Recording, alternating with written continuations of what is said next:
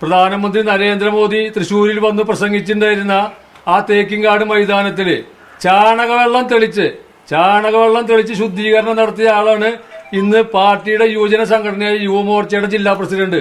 ഒരു വലിയ വെളിപ്പെടുത്തൽ വന്നിരിക്കുകയാണ്. ചേട്ടൻ ഉന്നയിച്ചതിന് സമാനമായ ആരോപണം ഇപ്പോൾ വന്നിരിക്കുന്നു. 2026 നടന്ന നിയമസഭാ തെരഞ്ഞെടുപ്പിലും 2021 സമാനമായ കള്ളപ്പണ ഇടപാട് നടന്നിരിക്കുന്നു എന്നുള്ളതാണ് വെളിപ്പെടുത്തൽ.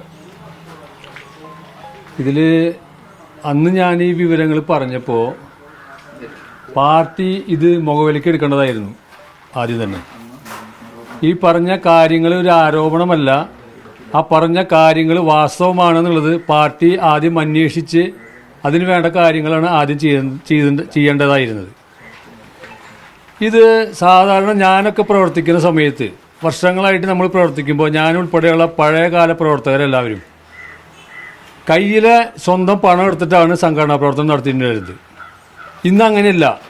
കോടിക്കണക്കിന് രൂപയാണ് പാർട്ടി ഓഫീസുകളിൽ തെരഞ്ഞെടുപ്പിന് വേണ്ടി വരുന്നത്. ഈ തെരഞ്ഞെടുപ്പിന് വേണ്ടി വരുന്ന പണം തെരഞ്ഞെടുപ്പിനല്ല ഉപയോഗിക്കുന്നത്. എത്ര തവണയാണ് ഇതുപോലുള്ള ആരോപണങ്ങൾ തെരഞ്ഞെടുപ്പിന് ശേഷം പാർട്ടിക്ക് കണ്ടിട്ടുള്ളത്? ഇത് സാധാരണ BJPയുടെ പ്രവർത്തകർക്ക് ആർക്കും അംഗീകരിക്കാൻ പറ്റുന്ന ഒരു നടപടിയല്ല ഇവർ ചെയ്യുന്നത്. പാർട്ടി നേതാക്കന്മാർ പാർട്ടിയുടെ തെരഞ്ഞെടുപ്പിന് വരുന്ന പണം സ്വന്തം ആവശ്യങ്ങൾക്ക് വേണ്ടി ഉപയോഗിച്ച് ഭൂമികളും അതുപോലെ തന്നെ വാഹനങ്ങളും വാങ്ങിക്കൂട്ടുകയും അതുപോലുള്ള സുഖസൗകര്യങ്ങൾക്ക് വേണ്ടി ഈ പണം ഉപയോഗിക്കുക. ഇത് ഞാൻ മുന്നേ പറഞ്ഞ കാര്യങ്ങൾ അടിവരയിടുന്നതാണ് ഇന്ന് ഞാൻ അറിഞ്ഞ വിവരങ്ങൾ. കാരണം ഞാൻ വന്നതിന് ശേഷം ഈ കഴിഞ്ഞ തെരഞ്ഞെടുപ്പിൽ പാർട്ടിയുടെ ജില്ലാ ഓഫീസിൻ്റെ സെക്രട്ടറി ചുമതല വഹിക്കുന്നുണ്ടായിരുന്ന ആൾ അദ്ദേഹം ഇന്ന് വെളിപ്പെടുത്തിയത് 17 ചാക്കുകളിലായി 25 കോടിയോളം രൂപ പാർട്ടിയുടെ ജില്ലാ ഓഫീസിൽ വന്നു എന്നുള്ളതാണ്.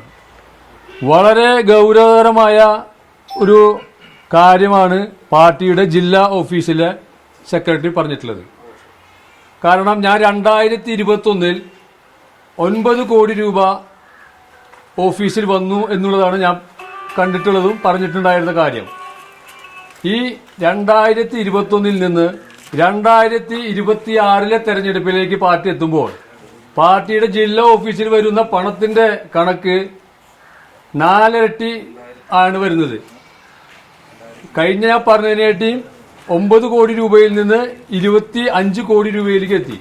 25 കോടിയിലേക്ക് എത്തുമ്പോൾ പാർട്ടിയുടെ വോട്ടിനല്ല വളർച്ച, പാർട്ടിക്ക് വരുന്ന ഫണ്ടിനാണ് വളർച്ച എന്നുള്ളതാണ്. വാസ്തവത്തിൽ ഈ കാര്യങ്ങൾ ചെയ്ത ആളുകളെ ഒരു കാരണവശാലും പാർട്ടിയുടെ ചുമതലയിൽ നിന്ന് മാറ്റി നിർത്താനോ അതുപോലെ തന്നെ അന്വേഷണം നടത്താനോ സാധിക്കില്ല. കാരണം ഇത് വെറും പരൽമീനുകളാണ്. ഇവരുടെ മുകളിലുള്ള ആളുകളാണ് ഇവരെ നിയന്ത്രിക്കുന്നത്. അവർ പറയുന്ന കാര്യങ്ങൾ ചെയ്യുന്നു എന്ന് മാത്രമേ ഉള്ളൂ. അതുകൊണ്ട് ഇവർക്കെതിരെ നടപടിയെടുക്കാൻ പാർട്ടിയുടെ ഒരു നേതൃത്വത്തിന് സാധ്യമാവില്ല എന്നാണ് എന്റെ വിലയിരുത്തല്. പിന്നെ ഇപ്പൊ പാർട്ടിക്ക് ആവശ്യമുള്ളത് പുതുതായി വരുന്ന ആളുകളെ മാത്രം. പഴയകാല പ്രവർത്തകരെ ഒന്നും പാർട്ടിക്കാർക്ക് വേണ്ട. കാരണം ഇപ്പൊ പുതു തലമുറ ന്യൂജൻ ആളുകളെയാണ് പാർട്ടി അന്വേഷിക്കുന്നത്. അതിന്റെ അടിസ്ഥാനത്തിലാണല്ലോ പ്രധാനമന്ത്രി നരേന്ദ്രമോദി തൃശൂരിൽ വന്ന് പ്രസംഗിച്ചിട്ടുണ്ടായിരുന്ന ആ തേക്കിൻകാട് മൈതാനത്തില് ചാണകവെള്ളം തെളിച്ച് ശുദ്ധീകരണം നടത്തിയ ആളാണ് ഇന്ന് പാർട്ടിയുടെ യുവജന സംഘടനയായ യുവമോർച്ചയുടെ ജില്ലാ പ്രസിഡന്റ്. ഇങ്ങനത്തെ ആളുകളെയാണ് പാർട്ടി ഇപ്പൊ കൊണ്ടു നടക്കുന്നത്.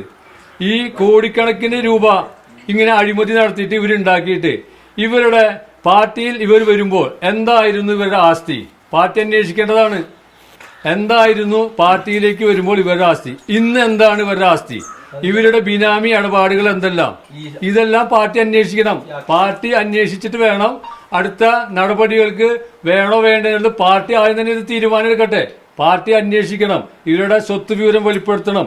ഇവരുടെ ബിനാമി ഇടപാടുകൾ പുറത്തു കൊണ്ടുവരണം. അല്ലാതെ ശീതീകരിച്ച കാറിൽ കയറിയിരുന്നിട്ട് പാർട്ടിയുടെ മീറ്റിങ്ങുകൾക്ക് നടക്കലല്ല പാർട്ടി പ്രവർത്തനം. നമ്മളൊക്കെ പാർട്ടിയിൽ പ്രവർത്തിക്കുമ്പോൾ പോസ്റ്റർ ഒട്ടിക്കലും കൊടികെട്ടലും റോഡിൽ വരയ്ക്കാനൊക്കെ പോയിട്ടുണ്ടാകുന്ന ആളുകളാണ് നിരവധി ആളുകൾ. സംഘടനയെ സ്നേഹിക്കുന്ന ഒരുപാട് ആളുകൾ മാറി നിൽക്കുന്നുണ്ട്. സംഘടനയ്ക്ക് വേണ്ടി ജീവൻ വെടിഞ്ഞ നിരവധി പ്രവർത്തകരുണ്ട്. ബലിദാനികളായ കുടുംബങ്ങളുണ്ട്. അവര് എങ്ങനെ കഴിയുന്നു? അവരുടെ ഭാര്യ, അമ്മ, മക്കൾ ഇവരെ എങ്ങനെ കഴിയുന്നു എന്നുള്ളത് പോലെ അന്വേഷിക്കാൻ പോലും ഈ കള്ളപ്പണം തട്ടിയെടുത്തു കൊണ്ടുപോയ നേതാക്കന്മാർക്ക് ഇന്ന് അന്വേഷിക്കാനായിട്ട് നേരമില്ല. അവർക്ക് സുഖചികിത്സയ്ക്ക് നടക്കാനും ഉല്ലാസയാത്രയ്ക്ക് നടക്കാനാണ് ഇന്ന് നേരമുള്ളത്. അതാണ് ഈ വിഷയത്തില് ഈ തെരഞ്ഞെടുപ്പിലും കൂടി ഈ ഫണ്ട് വെട്ടിപ്പിലൂടെ നമുക്ക് മനസ്സിലാക്കാനായിട്ട് സാധിച്ചിട്ടുള്ളത്.